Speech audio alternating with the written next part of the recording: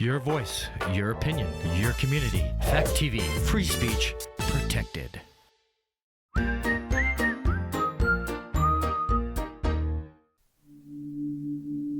I talk, you listen, or you turn the channel. Either way, I'm still gonna talk.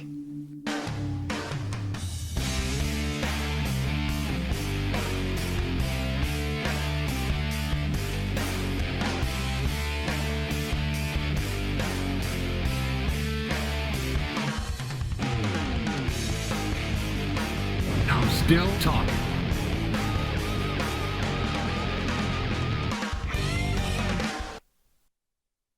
Hey, welcome to Still Talking.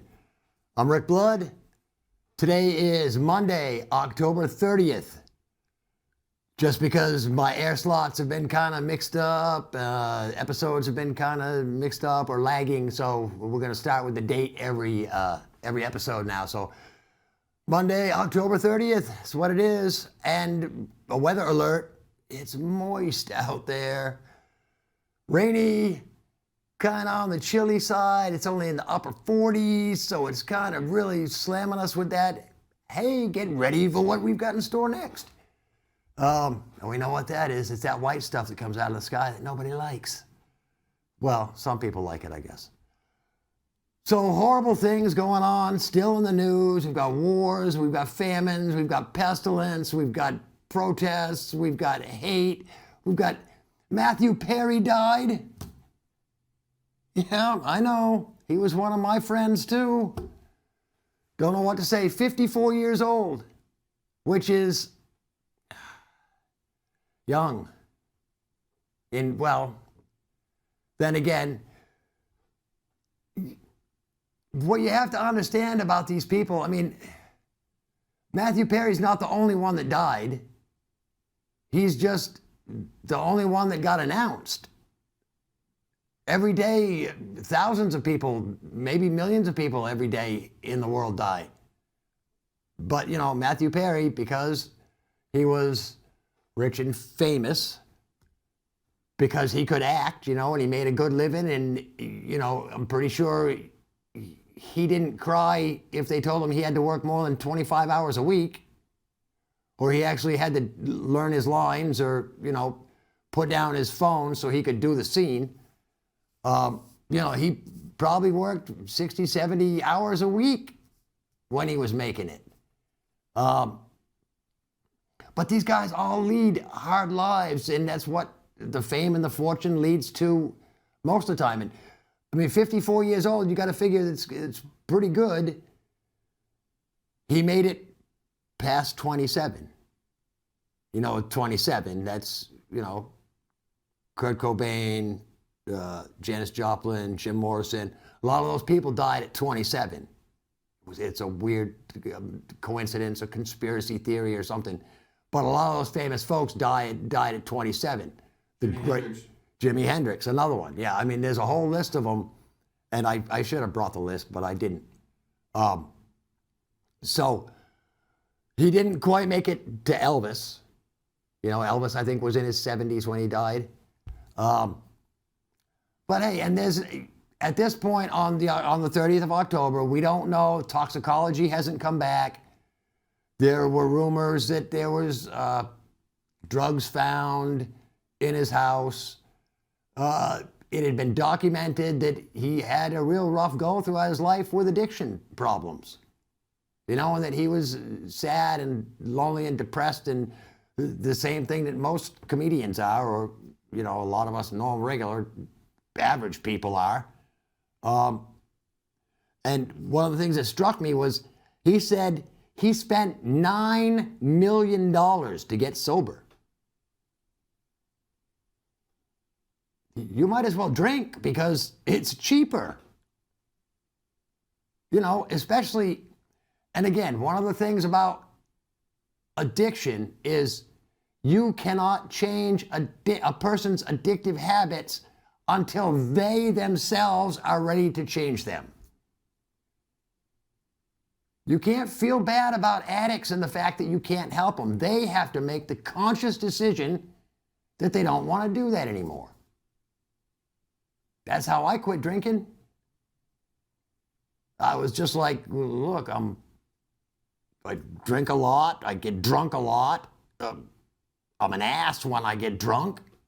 And my life wasn't going the way that I wanted it to go. So finally, after, DWIs and programs and this and that, as well as living with an alcoholic stepmother, none of that helped. None of that steered me towards the right path until it was, I made that decision just to do it. And, but it's a sad thing. Matthew Perry, man, he had a great career just on Friends, and then movies on top of that. And I can't remember if he ever did stand-up comedy, but, he worked his way. And the other thing I heard, he was up to like 54 Vicodins a day while he was filming Friends. And that's, unimaginable. But it's a sad thing.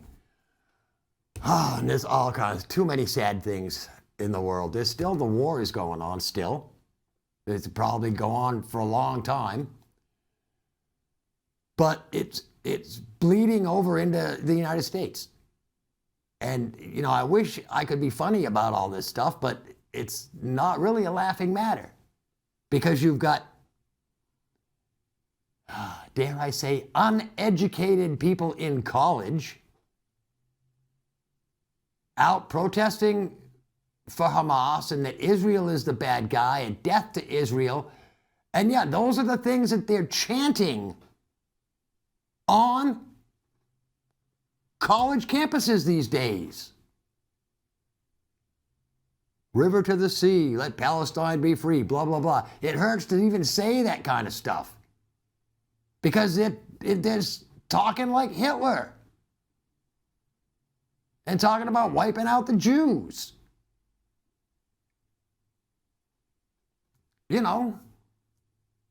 Everybody's worried about the Palestinian refugees. Oh, what are the poor Palestinians going to do? Well, number one, they could stand up against the terrorists in their own country. They could do that. Everybody says a two-state solution. Yes, that would be beautiful if it could be a two-state solution. Some people don't believe that it can be. And the one-state solution, they think, is Palestine without Israel. Not Israel without Palestine, Palestine without Israel. That's their one-state solution. And it's, again, people fighting over sand. And it's crazy. And right here on the college campuses, there's all these protests going, and I don't believe a word of it. I don't believe that these kids have any conviction in their ideals. And here's how you can tell. You can tell by the fact that they're out there protesting, screaming and waving flags and making a big scene. If you have conviction for your feelings about Palestine and getting rid of the Jews, get on a plane, go over there, and join the damn fight. Don't wave a banner, do stupid crap like that because it means nothing. If you really believe what you're spouting out there on those college campuses, pack up your crap, go over there, and join the fight. See what life is really like outside of that fancy mom and dad paid for college bubble you're in. Plain and simple. Walk the walk. Because your talk means nothing. And, if I was running this country, anybody like that college professor that got up and said that he was exhilarated by October 7th should be immediately put in an orange jumpsuit and sent to Guantanamo Bay. Yeah. Let's open up the old hotel again and fill it with people who are screaming for the destruction of Israel. Because they're not right in the head. Fill mental institutes with these people. Because something's wrong in their twisted heads that they think that genocide is acceptable. And they think that Iran is our friend.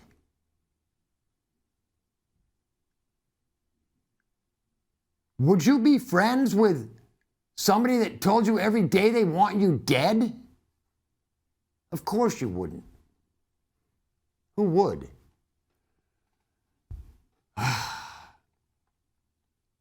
I don't know what to say, because there's nothing to say. War is horrible. If you're going to get involved in war, if you're going to think about war, then you better be ready to think the most horrific things and the most evil things that you can think of. Because that's what war is. War is bloody. War is dead babies and people everywhere. Blood in the streets. Bombed out buildings. It's not civil society. And we're fighting for a civil society. That's all we want. And you know, guys like me who, while we need government for certain things, I don't think we need the government for half the things that it's doing. You know, stay out of my business. I'm an independent soul. I can, you know, basically figure things out for myself. I don't need you to tell me what to think or who to hate or any of that, but that's what the government does. The government will tell you who you can hate and who you can't hate.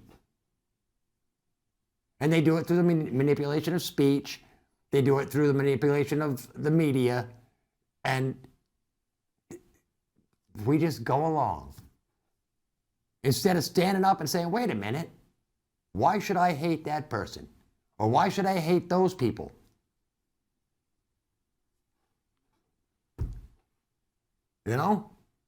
The hate is in the minds of the leaders. That's where it is. Once you get to that level of richness and power, the little people don't matter at all.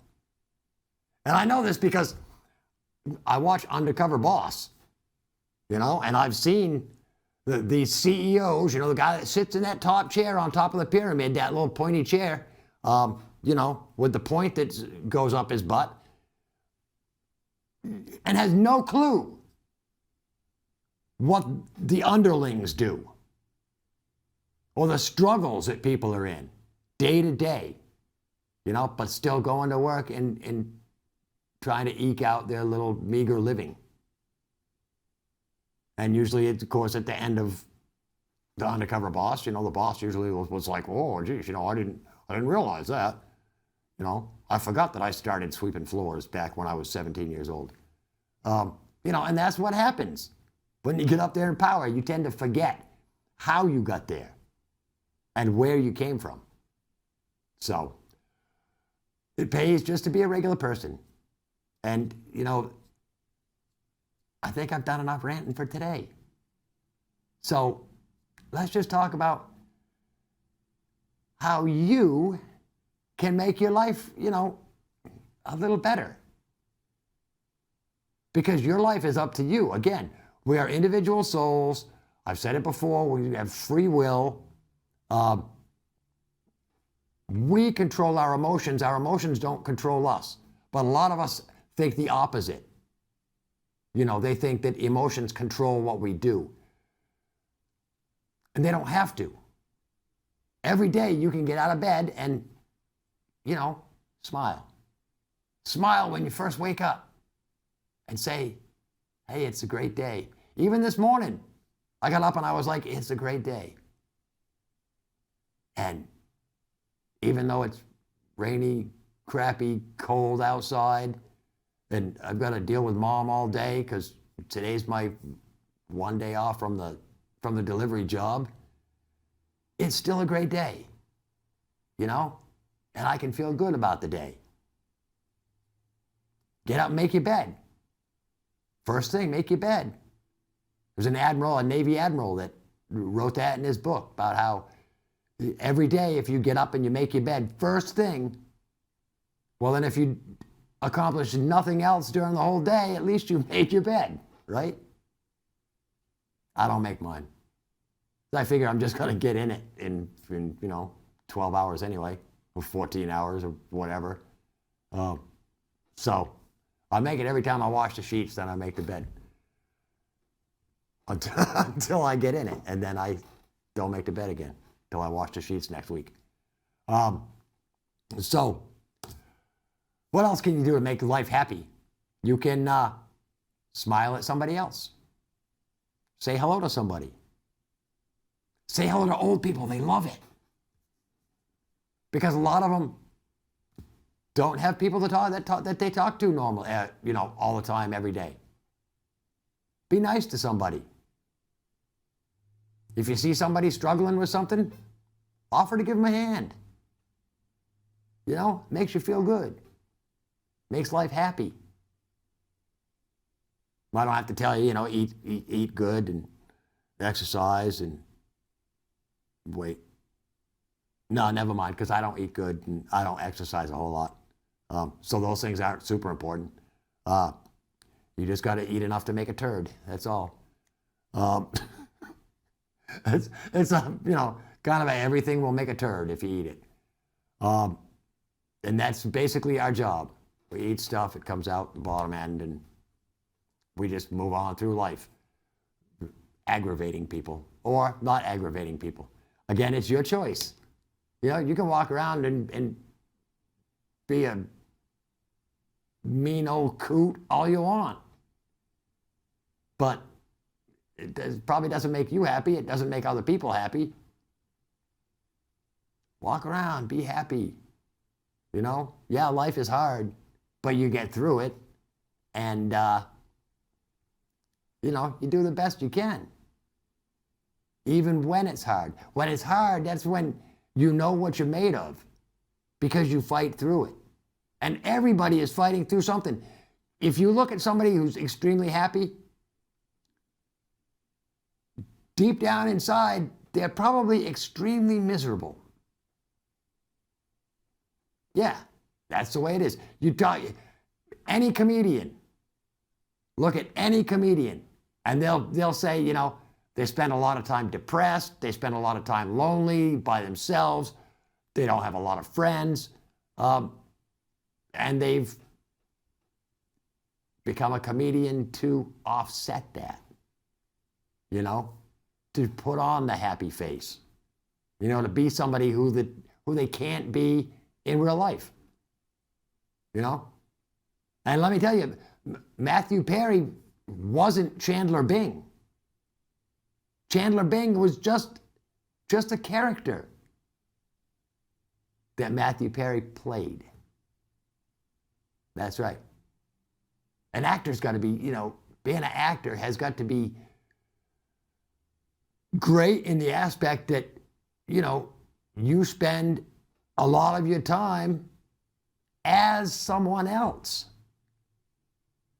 Yeah, kind of like Sybil. Only she didn't have a choice as to who else she was going to be. I don't know where I was going with that. But anyway, what else can you do to make your life happy? Do what you want to do. Live. Put down your phone, step away from your phone. That's probably one of the biggest things that you can do is step away from technology.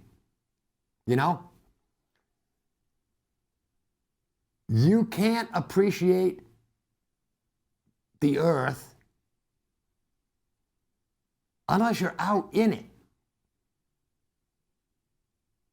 You can't experience life unless you're living it.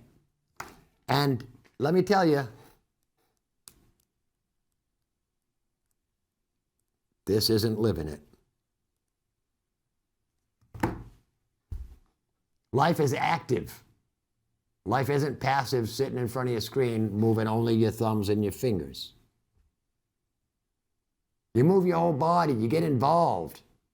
You go out and do things. I don't care what you do, just go out and do something. You know? Make yourself happy. Try and make somebody else happy. If you start making other people happy, you'll find out that kind of makes you feel happy too. It's a contagious thing. So, let me think, what else did I want to talk about? I mentioned last week that we'd probably talk about education, but face it, education's boring. It's just learning crap. I think that we're teaching all the wrong things these days. Or we're not, I won't say we're teaching the wrong things, but we're not teaching the right things. The right things would be, you know, math, science, English, writing, cursive writing. I hate to write because I was never really good at it, but I didn't pay attention in English class, you know? I don't know what word to end a sentence with or you know, exactly sometimes where a comma is supposed to go and where it's not supposed to go. So, you know, but the English, writing skills, communication skills, those are important. Communication skills are probably one of the things that we should put at the top of the list of what we should teach kids. Hey, this is your Rotary reminder for the lights. For the lights? You said you wanted to add an apology?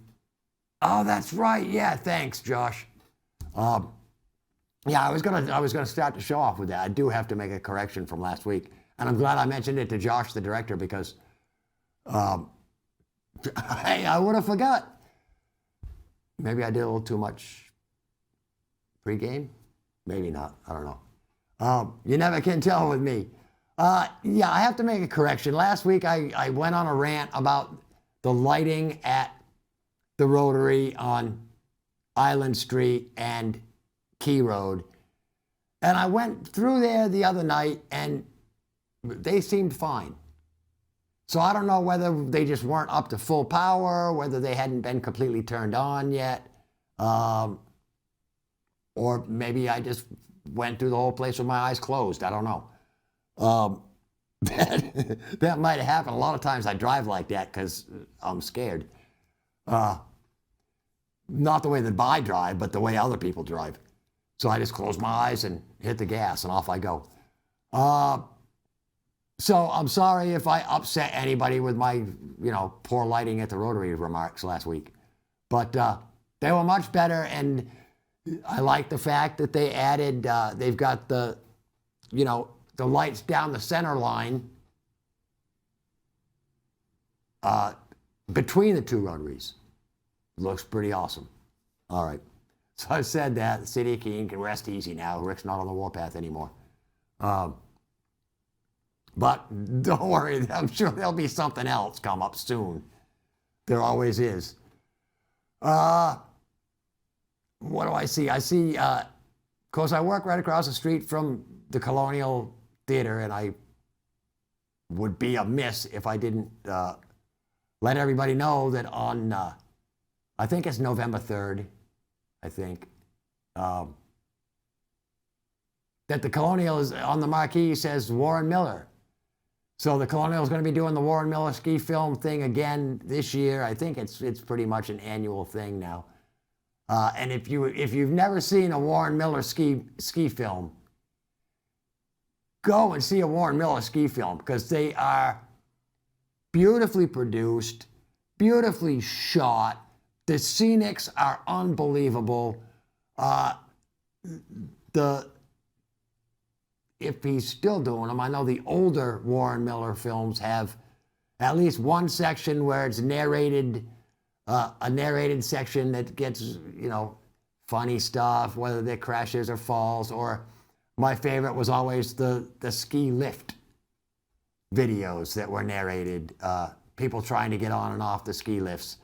And it's just funny stuff and just beautiful films. Warren Miller is one of the top outdoor folks that there is. I believe Warren Miller passed, and I think his son took over the whole shebang.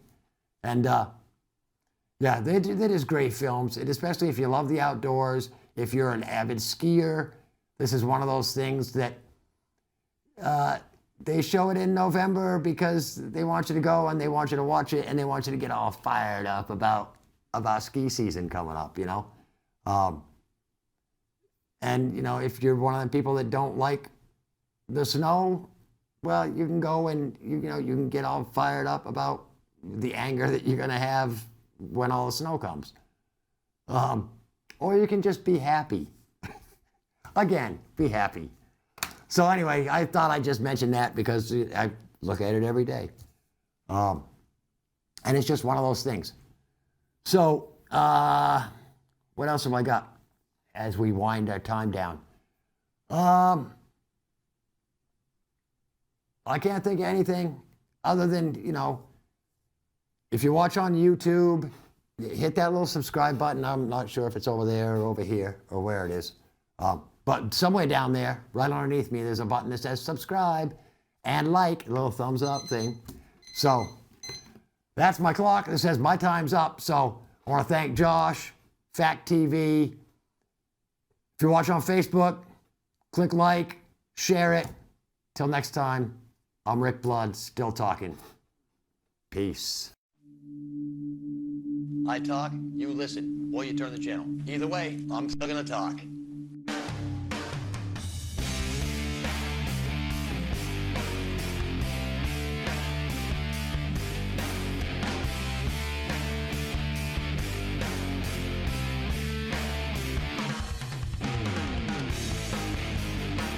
I'm still talking.